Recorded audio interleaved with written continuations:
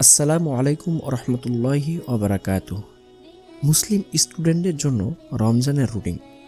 এই রুটিন মেনে চললে আশা করি আপনার ইবাদত পড়াশোনা ঠিকমতো হবে ইনশাআল্লাহ। এই রুটিনটি জেনারেল এবং মাদ্রাসার সকল স্টুডেন্টরা ফলো করতে পারে। রাত ৩টায় উঠবেন, উঠে সুন্দর করে অজু করে তাহাজ্জুদের নামাজ পড়বেন।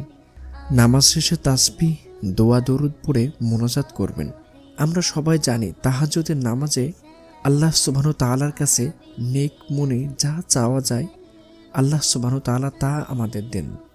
তাই আমরা রমজান মাসে তাহাজ্জুদ নামাজ পড়ার অভ্যাস করব। রাত ৩টা ৩০ থেকে রাত ৪টা ১৫ পর্যন্ত পরিবারের বাবা মা ভাই বোন সবার সাথে বসে সেহরি খাবেন, খেয়ে একটু রেস্ট নেবেন।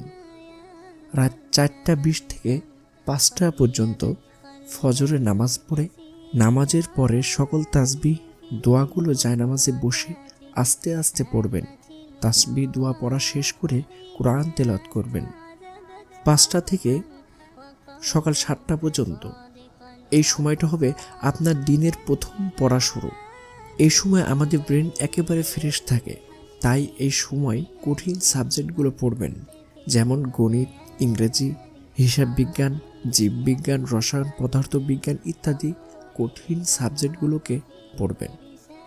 এছাড়াও এ সময় বাসায় সবাই ঘুমিয়ে থাকার পাশাপাশি আমাদের এনার্জি একেবারে হাই থাকে। এজন্য এ সকল কঠিন সাবজেক্টগুলো আয়ত্ত করা আমাদের জন্য অনেকটাই সহজ হয়। সকাল ৭টা থেকে ৭টা ১৫ ইশরাকের ৪ রাকাত নামাজ পড়বেন। নামাজ শেষে ৫ মিনিট রেস্ট নেবেন। সকাল ৭টা ২০ থেকে ৯টা ২০ পর্যন্ত এই ২ ঘন্টা আপনার মিডিয়াম কঠিন মনে হয় এমন সাবজেক্ট পড়বেন, যেমন বিজ্ঞান, আইসিটি, ফিনান্স, অর্থবিজ্ঞান ইত্যাদি সাবজেক্টগুলো পড়তে পারেন। এক্ষেত্রে একটানা পড়তে অসুবিধা হলে আপনি চাইলে প্রতি ৫০ মিনিট পর পর ১০ মিনিট করে ব্রেক নিতে পারেন। সকাল ৯টা ২০ থেকে ১১টা ২০ পর্যন্ত এই ২ ঘন্টা আপনার পড়বেন সহজ সাবজেক্টগুলো, যেমন বাংলা, সমাজ, ইসলাম শিক্ষা ইত্যাদি সাবজেক্টগুলো পড়তে পারেন। সকাল ১১টা ২০ থেকে ১২টা পর্যন্ত গোসল করে চাষ্টের নামাজ পড়ে কোরআন পড়বেন। ১২টা থেকে ১টা পর্যন্ত কোনো দুর্বল সাবজেক্ট থাকলে বা যে কোনো সাবজেক্টে পরীক্ষা কিংবা সিলেবাস পড়া শেষ না হলে সেগুলো পড়বেন। দুপুর ১টা থেকে ২টা পর্যন্ত জোহরের নামাজ পড়ে নামাজের পরে তাসবিহগুলো পড়বেন। দুপুর ২টা থেকে ৪টা পর্যন্ত এই সময়টা সারাদিন রোজা থাকা এবং একটানা পড়াশোনা করে আমাদের এনার্জি স্বাভাবিকের চেয়ে অনেকটা কমে যায়।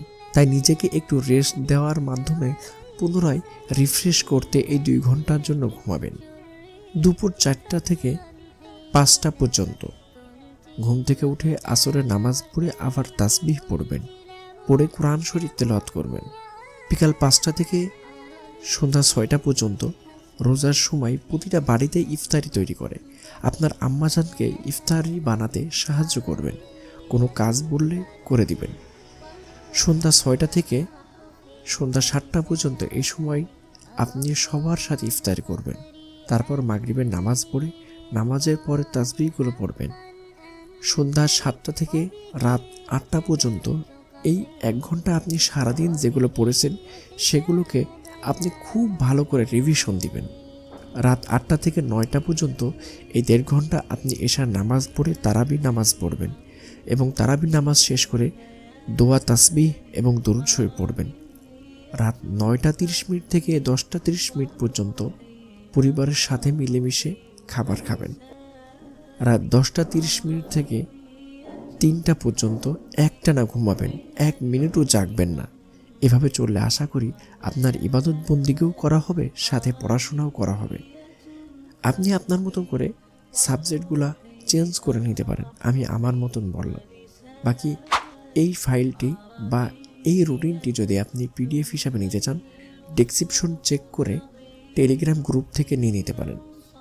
বাই দ্য ওয়ে, আমাদের সাথে থাকলে ইসলামিক খুঁটিনাটি বিষয়গুলো পুঙ্খানুপুঙ্খানুভাবে আমল করতে পারবেন বা শিখতে পারবেন। এজন্য আমাদেরকে সাবস্ক্রাইব করতে পারেন। ধন্যবাদ, ভালো থাকবেন, সুস্থ থাকবেন। আল্লাহ হাফেজ। আসসালামু আলাইকুম ওয়া রাহমাতুল্লাহি ওয়া বারাকাতুহু।